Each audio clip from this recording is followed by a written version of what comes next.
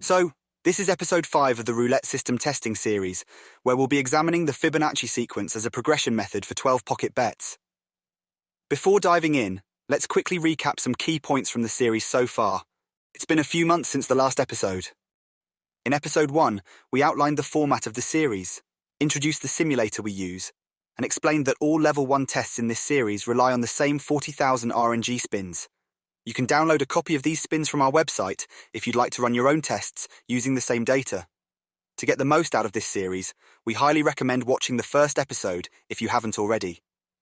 In the first 2 episodes, we established a baseline by flat betting across the 40,000 spins using varying amounts of pockets covered.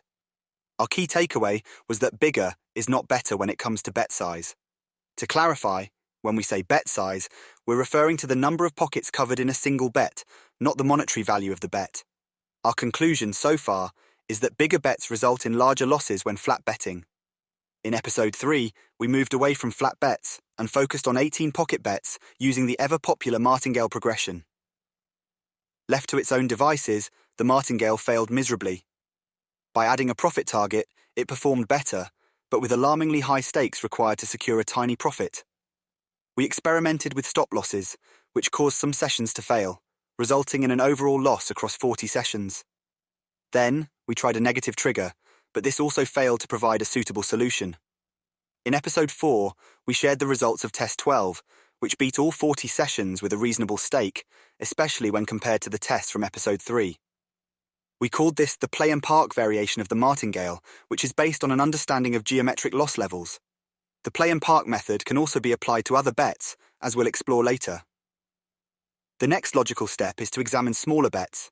When covering fewer pockets, your progression doesn't need to double after every loss, as the Martingale does for 18 pocket bets. By lowering our bet size to 12 pockets, for example, we can use a less aggressive progression. For dozens, columns, and any 12-pocket bet, many players turn to what's commonly called the Fibonacci sequence. For those unfamiliar with the term, the Fibonacci sequence didn't originate in gambling. Instead, it has a rich history rooted in mathematics. The Fibonacci sequence is named after Leonardo of Pisa, commonly known as Fibonacci, an Italian mathematician who introduced this sequence to the Western world in his 1202 book, Liber Abaci, the Book of Calculation. While Fibonacci popularized the sequence, it had already been documented in Indian mathematics as early as 200 BC. In Liber Abaci, Fibonacci posed a problem about the growth of a rabbit population, which illustrated the sequence that now bears his name. Since then, the Fibonacci sequence has linked mathematics to the natural world, the arts, and practical sciences. Beyond describing the branching of trees, the arrangement of leaves and petals, the spiral patterns of shells and galaxies, and even compositions in music, the Fibonacci sequence also appears in quantum mechanics, search algorithms, the golden ratio, financial market retracement levels, and, as we'll see, it can be quite handy for betting on roulette. Now, I'm sure you already know that the odds or payout ratio for an 18-pocket Martingale progression is 1-to-1, also known as an even money bet. The payout odds for 12 pockets, however, are 2-to-1. This means that as the payout odds increase, the probability of winning decreases. If you are wondering whether there is a sweet spot, a particular bet size that might be more profitable than another in terms of the payout-to-win rate ratio, the answer is no. All bet sizes remain mathematically equal. As the payout increases, the chance of winning reduces proportionally, so all bet sizes carry the same expected value. However, as we demonstrated with the flat betting examples in the first 2 episodes, the more pockets you bet on, the higher your total wager will be. While the percentage or expected value remains constant, the figurative amount of loss increases relative to the wagered amount. The only way to mitigate this effectively is through some form of system or strategy. Now, let's compare the profit columns of 2 different progressions.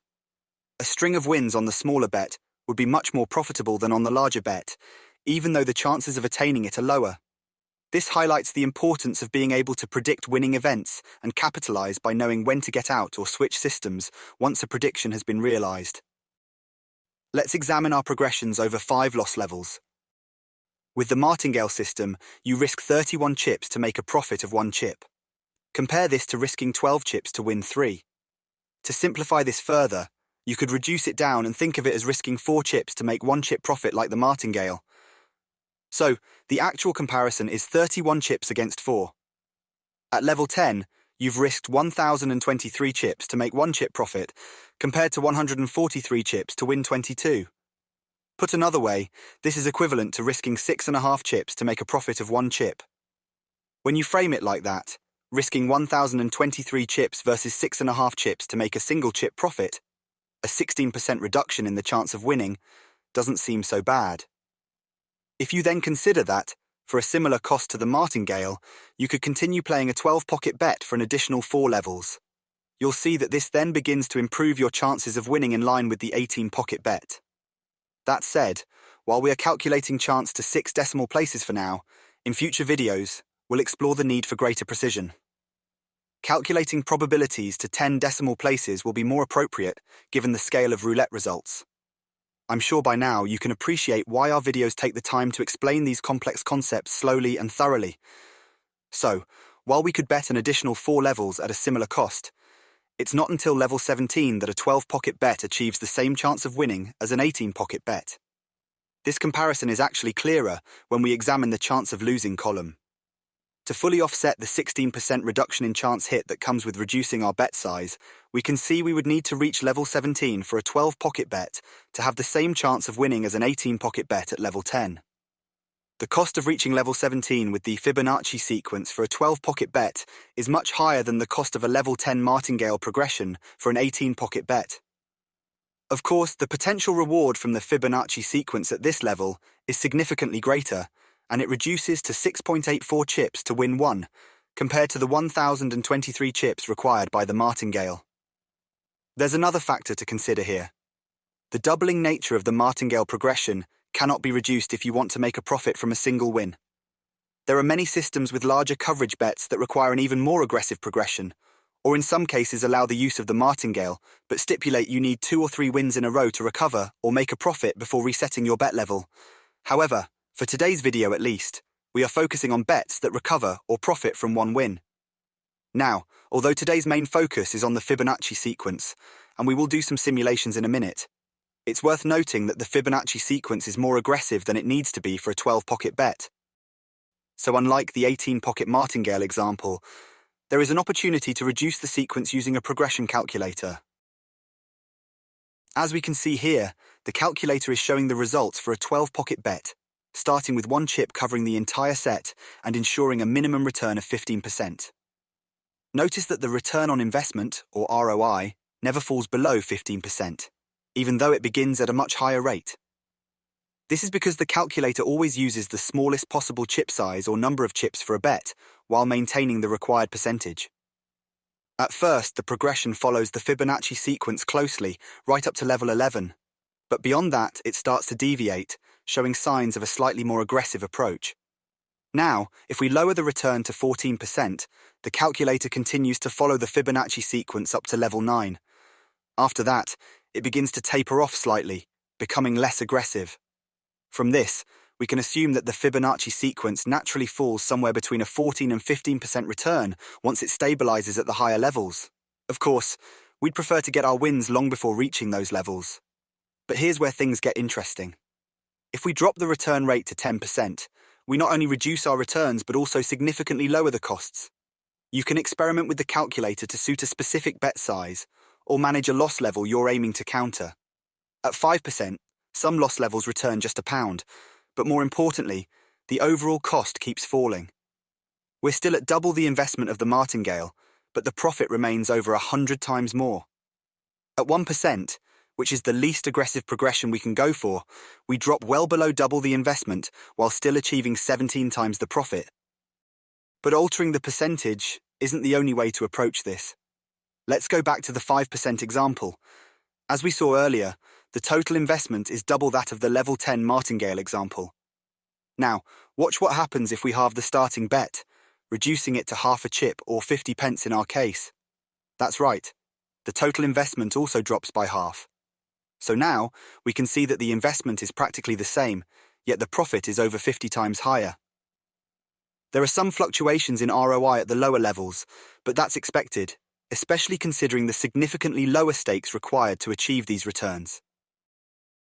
Of course, There's no guarantee of winning on a set of 18 pockets at level 10 or a set of 12 pockets at level 17, but hopefully, this highlights a practical step you can take toward reducing the house edge, simply by optimizing the betting return on your wager. There are countless ways to compare different bet sizes, return percentages, and starting values, all of which can help you gain more levels, lives, or bullets, whatever term you prefer. The key is maximizing profit while minimizing risk. This is just one of many techniques that increase your chances of winning more sessions and over longer periods, effectively helping to erode the house edge. The calculator shown in this video is available in the free members area on our website. As we continue this series, we'll demonstrate tests with smaller bets and get even more creative using the progression calculator. But let's get back to the essence of this video and see the Fibonacci sequence in action. We'll run similar tests to those in episodes 3 and 4, where we demonstrated the Martingale progression on a set of 18 pockets. In the previous tests, we chose to bet on red, despite knowing from earlier in the series that red underperforms compared to black across our 40,000 test spins. We'll apply the same logic here, selecting the underperforming dozen. This ensures we're not cherry-picking the best-performing dozen to make our results look better. Our first test today will allow the Fibonacci progression to run freely on the second dozen. Then, we'll introduce constraints such as a profit target, followed with the addition of the play and park method, to see if our results improve. We can see the Fibonacci sequence playing out on the second dozen. Everything seems to be working as expected. The progression increases as predicted, and the profits align correctly, so we can let it run. If we reflect on our previous tests on red, it should be fairly obvious that across 40 sessions, some would have been dominated by red, while others favoured black. So far, the best test has been test 12, which incorporated the play and park method. However, it didn't account for which set was dominant in each session. It simply used the same set every time. While the play and park method adds a dynamic element, betting on a predefined set remains a fixed clockwork factor. Unlike our previous tests on red, today's test with the dozens gives us 3 main outcomes. Of course, 0 is also a factor, but generally speaking, dozens cover approximately 1/3 of the wheel or table. Again, we are betting on a fixed set, the second dozen in every session. If you watched the Devil Controls Roulette video, you'll remember that within any set of 37 spins, roughly 13 pockets will be asleep, showing no wins. Around 1/3 will have multiple wins, and the remaining third will be close to expectation. When you divide the pockets into sets equal to 1/3 of all pockets, whether by dozens, columns, or any other way of grouping 12 pockets, you'll start to see a pattern. One set will lag behind, another will outperform, and the remaining set will be close to expectation. So clearly there is an opportunity to improve our systems further and alter the set we're betting on dynamically. Even a simple follow-the-winner approach will do better than a static bet, but more about that later. We have just got our first results in. Let's transfer that data over to Excel so we can see the totals and organize them by the capital required column. Looking at the results, we can see that about half of the bets exceeded loss level 16, likely far beyond most people's comfort zones. Additionally, the bet levels in those sessions would have been well outside the limits of many casino tables.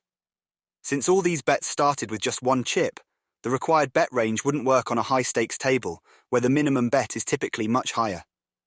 Even the midsection of the results may feel uncomfortable for many players, with loss levels between 14 and 16, putting over 1,000 chips at risk. Of course, this test followed a classic clockwork betting pattern, a predetermined set of pockets with a fairly aggressive progression. In this next test, we'll introduce a £50 or 50-chip profit target. Now, it may have seemed excessive to simulate 1,000 spins per session like we just have, but in reality, this is no different from running 400 sessions of 100 spins or 800 sessions of 50 spins. The main difference is that the data is condensed, making it easier to analyze on screen. You could argue that this approach errs on the side of caution, effectively presenting somewhat pessimistic results. Some might say that breaking spins into smaller chunks, a kind of get in and get out strategy, can help circumvent probability or the house edge. While there's some truth to this, in the sense that we'd rather play 20 sessions of 50 spins than one session of 1,000 spins, diving deeper into that concept is beyond the scope of today's video. With that being said, introducing a profit target is essentially doing the same thing. By setting a profit target, we reduce the number of spins the simulator will play for. However, this is still a classic clockwork system at its core, just applied to fewer spins. If we increased the number of sessions, we'd start to see more extreme results again, although, as you can probably tell, the distribution of these outcomes appears more favorable than in the previous test. This supports the argument that splicing sessions into smaller chunks may carry some weight. In the next episode, we'll introduce dynamic elements, such as the play and park method, to see if we can smooth out or lower the capital costs of the more extreme sessions. And we might just wave goodbye to the Fibonacci sequence in favor of a carefully calculated progression. Now, whatever system or strategy you have in mind, always test it multiple times before using real money. You don't need a simulator, just a pen and paper. Simply follow along with any live game, write down what you would bet on each spin, and record the outcome. Or, if you prefer, you can use Excel to do the same. Remember, if a system doesn't work over a reasonable-sized test, then it definitely won't work with real money. As always, we really appreciate your comments, likes, and subscriptions. And a big thank you to everyone who gets involved with the channel. See you next time.